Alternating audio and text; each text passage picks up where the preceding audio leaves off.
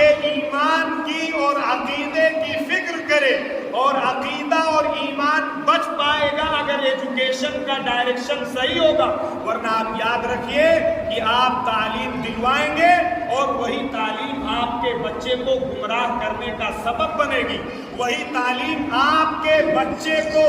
آپ کی بچی کو اس مقام تک پہنچائے گی جس مقام میں آپ کی پیشانی پہ وہ داغ اور دھبا لگے گا، جس داغ اور دھبے کو آپ کی نسلیں نہیں دھو پائیں گی۔ اس لیے سب سے پہلی بنیادی چیز یہ ہے کہ آپ اپنے بچوں کے ایمان کی فکر کیجئے، آپ ان کو لے کے بیٹھیے،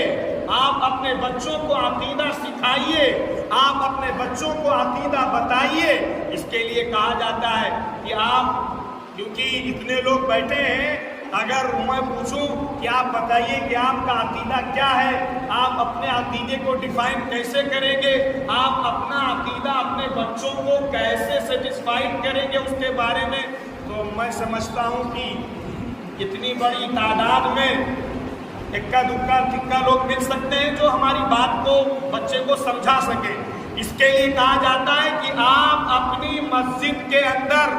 بہترین نظم قائم کیجیے۔ آپ کا بچہ اسکول میں پڑھتا ہے، جب تک اسکول نہیں مینج ہو پا رہے ہیں، جب تک ہم آنکھیں اپنی بند کیے ہوئے ہیں، تب تک ہم اپنی مسجد کے اندر ایک ایسا عالم دین اور ایک ایسا قاری اور ایک ایسا پڑھا لکھا انسان اپوائنٹ کریں کہ ہماری مسجد کے اطراف میں جتنے بچے ہوں گے وہ سارے کے سارے بچے جو ہوں گے وہ ہماری مسجد میں آئیں گے،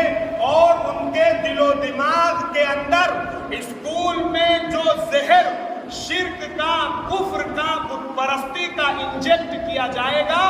وہ زہر ہمارے ان اسکول، ان مسجد کے مکتب کے ذریعے سے اس زہر کا تریاق کیا جائے، اس زہر کو زائل کیا جائے، اس زہر کو ختم کیا جائے، اور ان بچوں کو اپنے دین کے تعلق سے، اپنی تہذیب کے تعلق سے، نبی اکرم صلی اللہ علیہ وسلم کی تعلیمات کے تعلق سے پورے طور پہ سیٹسفائیڈ کیا جائے اور مطمئن کیا جائے۔ یہ ایک سب سے وقت کی بنیادی ضرورت ہے۔